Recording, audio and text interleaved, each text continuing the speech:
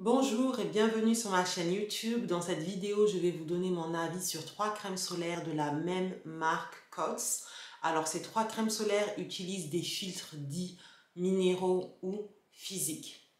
La marque Cots est une marque américaine qui a été créée par un chirurgien plasticien et le but de la marque est de se concentrer sur la création de crèmes solaires utilisant des filtres dits minéraux ou physiques.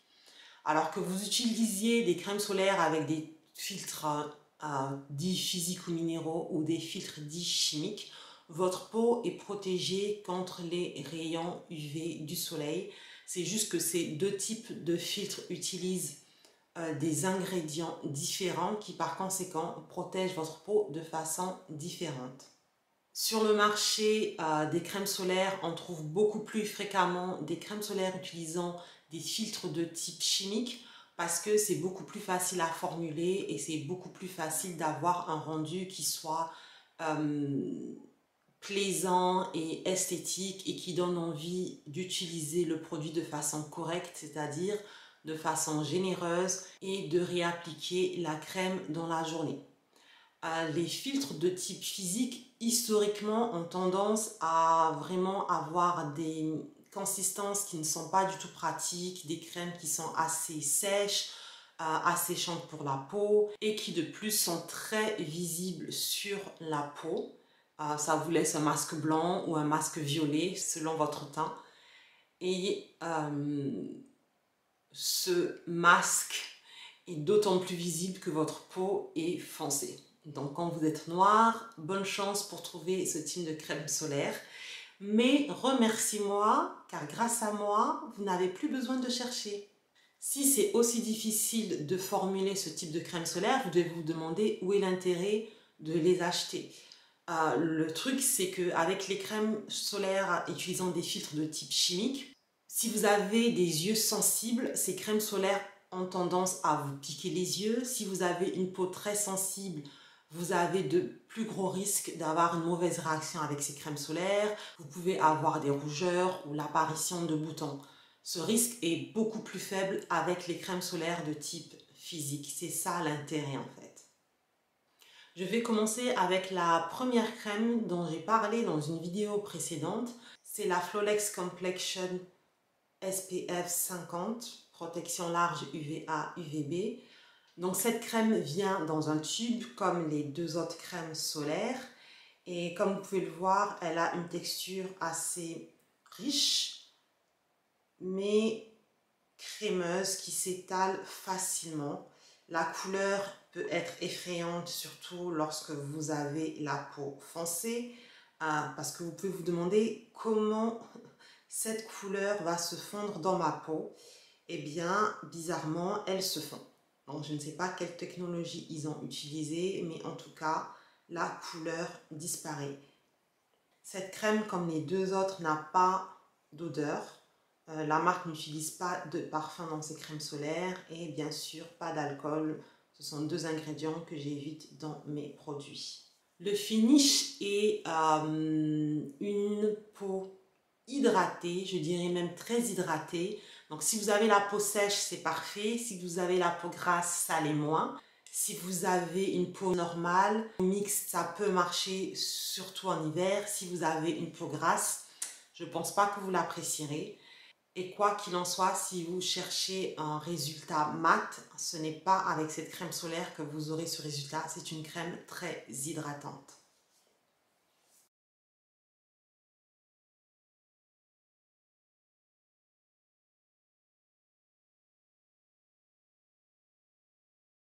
Ayant eu un bon résultat avec la Flawless Complexion, je me suis dit que j'allais tester la Face Prime and Protect parce que celle-ci est censée pouvoir s'utiliser en tant que base. Donc si on peut l'utiliser en tant que base, elle devrait être moins hydratante, ce qui devrait être plus agréable pour ma peau. C'est aussi une crème teintée. La couleur est un peu plus foncée que la Flawless Complexion. Donc bien sûr, je me suis dit qu'il n'y aura pas de problème avec cette crème. Grave erreur. En fait, c'est une crème qui ne se fond pas du tout dans la peau. Et donc, si votre teinte ne correspond pas à celle de la crème, bon courage car la crème restera visible. Et je dirais que même si vous avez la même teinte que cette crème, je vous ne la conseille pas pour l'utiliser en tant que seule crème solaire. Pourquoi? Parce qu'après l'avoir utilisée une première fois, j'ai attendu plusieurs heures et je l'ai appliquée de nouveau et je me suis rendu compte en fait que la première couche de crème que j'avais appliquée était toujours sur ma peau en fait. Elle ne se fond pas du tout et donc lorsque vous la réappliquez, vous rappliquez de la crème sur de la crème qui est toujours présente. Et bien évidemment, sur ma peau, ça veut dire que le masque que j'avais en premier est toujours là et qu'en rajoutant du produit, je rajoute un autre masque sur ce qui était déjà là. Et donc du coup, visuellement, c'est encore pire. J'ai dit que c'était une crème, mais en fait, quand on regarde bien, ça ressemble plus à une mousse. Et quand vous l'appliquez, ça a vraiment la texture silicone d'une base que l'on utilise avant le maquillage. Est-ce que votre peau est matifiée avec? Oui, mais bon, moi, je la conseille à personne en fait. Après tout ce que je vous ai dit, je pense qu'elle est intéressante juste si vous l'utilisez en tant que base au-dessus de votre crème solaire. Et étant donné qu'elle est épaisse, vous auriez besoin d'utiliser une crème solaire qui est assez fine avant d'utiliser ce produit. Et étant donné que sur moi, elle est très voyante, lorsque je l'utilise en tant que base maquillage, comme je l'ai fait aujourd'hui pour cette vidéo, je ne peux même pas en utiliser beaucoup en fait. J'en utilise un petit peu pour pas que ce soit visible à travers mon fond de teint.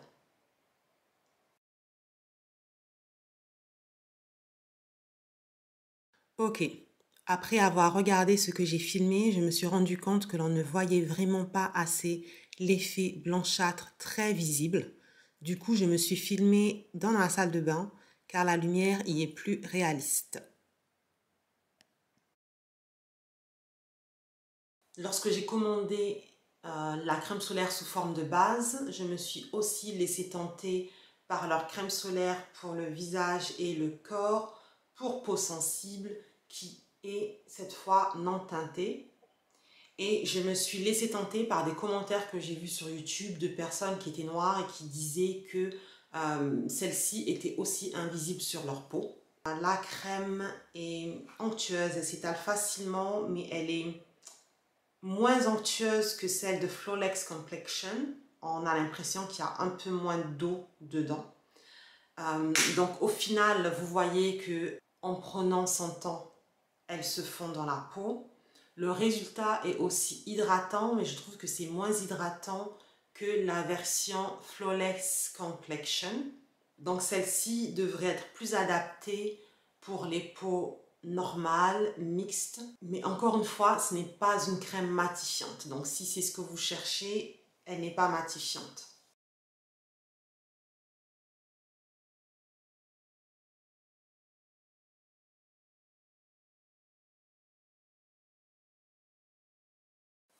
Mon avis final, est-ce que je recommande ces crèmes solaires?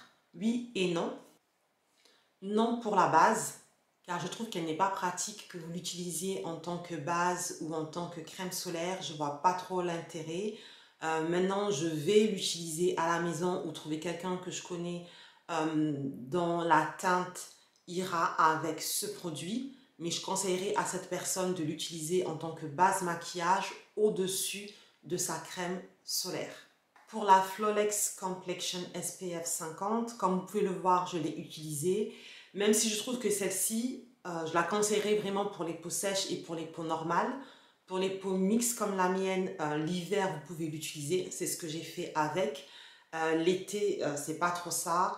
Et pour les peaux grasses, je ne la conseille pas. Pour la version sensible, je la conseille surtout pour les peaux normales, pour les peaux mixtes, mais aussi pour les peaux grasses. Maintenant, elle est aussi hydratante. Donc, moins hydratante que la Flawless Complexion, mais quand même hydratante. Donc, si vous avez la peau grasse, ne vous attendez pas à un résultat mat.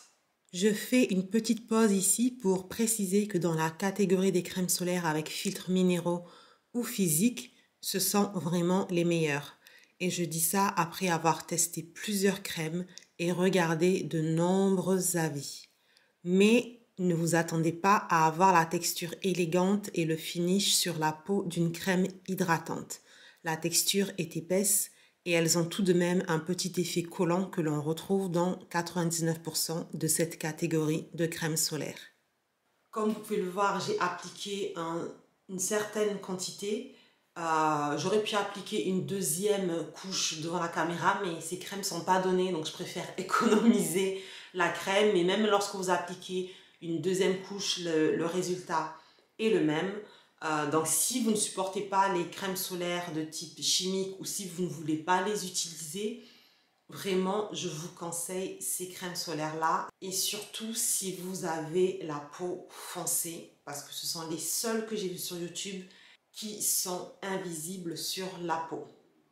Je vous remercie d'avoir regardé la vidéo. Si vous avez des questions, n'hésitez pas de les mettre en commentaire. Et on se voit dans la prochaine vidéo où je parlerai probablement encore de crème solaire. Merci d'avoir regardé. Au revoir.